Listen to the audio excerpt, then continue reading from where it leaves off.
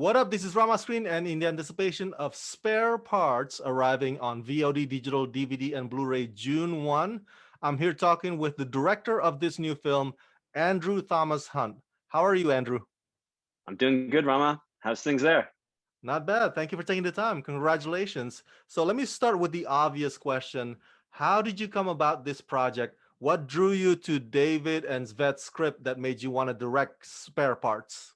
Yeah, I was at Toronto International Film Festival about 6 years ago, and Raven Banner, we were there selling our films, and David came up to me and pitched me all these crazy, fun ideas, of which Spare Parts was one of them. And I immediately, gravitated to this idea, and I told my partners, "Hey guys, come over here, listen to this guy's pitch."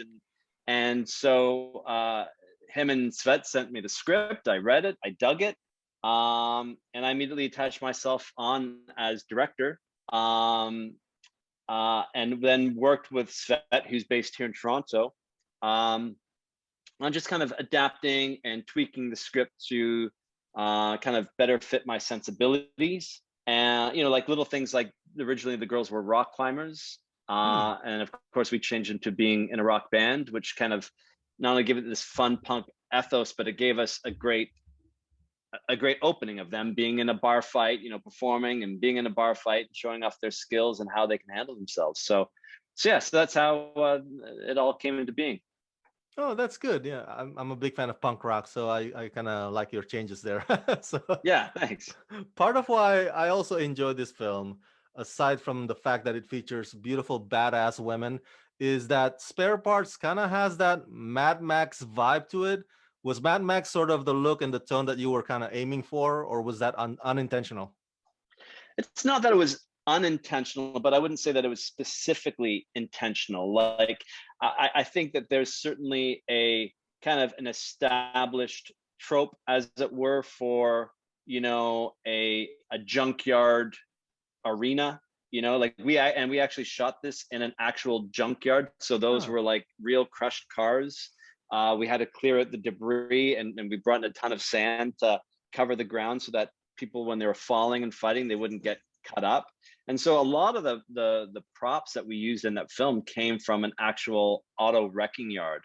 But yeah, when I'm prepping for a film, I actually try to stay away from the films that are too close to it, so that way I'm not directly referencing it, that I'm drawing kind of from more of a subconscious level. And of course you're working with designers, props builders, costume designers, and so everyone's kind of bringing their own ideas to it, and so it's a real collaborative effort. But yeah, certainly Mad Max, Green Room, uh you know there's a lot of influences that we said we wanted to kind of hit in the making of this film. Emily, Chelsea, Michelle, and Kiriana. How did you get to casting them? And did they have to go through some kind of training or slash boot camp prior to filming? We were looking obviously for women who were not just great actresses, but who also had stunt and fighting capabilities. And we got literally hundreds of auditions for this film. But these four girls, rose to the top right away, because not only could they act, but they all had either some sort of stunt background or some sort of fight background. They had that physicality that was needed for the role. And so going into like the training for it, there was very little training that they needed to do. Like if you actually buy the Blu-ray, and I'm not sure if it's on the DVD as well, but there are extras there where you get to watch them in the fight training, and you can see right away that these girls had what it takes to do what was needed of them. And they did, for the most part, they did a lot of their own stunt work, and they did all their own fighting. Obviously we had stunt doubles for them anytime that we were doing something that was dangerous where they could get hurt, because we shot this film on an 18-day schedule. And so if you hurt an actress, you can't pause production, you can't reschedule things. And so we always had to make sure that their safety was first and foremost top of mind. Let me follow up on that because I'm a huge fan of fight movies, and obviously there's a gladiatorial nature about the Spare Parts. Talk to me about the staging, the choreographies, and how the fights would work out for those scenes. Yeah, so obviously the fights were scripted. Um, and then what I did is we sat down with my stunt coordinator, and we went through how it was scripted, and then decided, okay, well, maybe we want to change this to this because it's a little bit easier to do. We can pull it off for our budget, or it's safer. All those kind of considerations were taken into into mind. And then what we did is then he worked with his stunt team to basically pre-visualize the fights using a camera and picking the angles and working on all that, and editing it together to create a complete fight sequence pre-visualized. And then once we had that, we basically showed it to our actresses, and they learned the moves, very much like a dance routine. And then when we went into film it, we shot the exact same angles, the same beats, all that stuff. And we knew ahead of time going into it what exactly we needed and what we didn't need. So we didn't have master coverage of the fights, and we weren't deciding on the day how we wanted to shoot it. We knew going in, okay, boom, boom, boom, we need to get it exactly like this and move on. And that's how we were able to shoot all four fight sequences basically in a 6-day period. Wow, that's impressive. Far be it from me to ask a magician to reveal his tricks, but I gotta ask you because I'm curious. The whole replacing the arms and the body limbs with custom weapons. I understand it's practical effects, but can you talk about designing those weapons to fit the size of their arm, so that they can easily slide their arm into that? How did that work? And were there any custom weapons that you had on the drawing board that didn't make it into the film?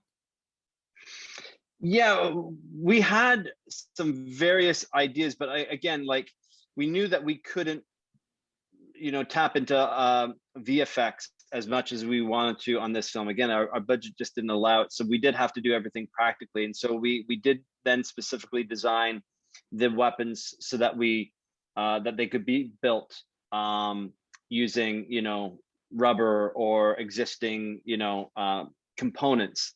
Um, but yeah, we need to make sure that those weapons were kind of as small and as tight as possible, so that it looked like a real extension of their body and the way that it connects to them, and which made actually fighting with those things on a challenge for the girls, because their arms got battered and bruised in those weapons, because when they're swinging them around and connecting with someone else, like, they're Yeah. feeling it.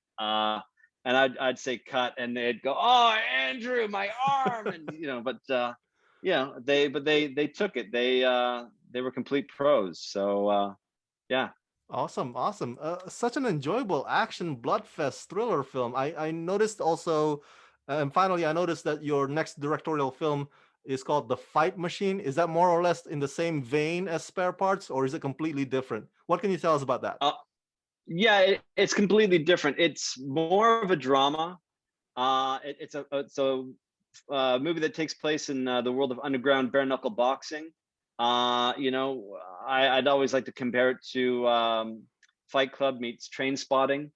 Just about these two young men who are just kind of trying to find their place in the world.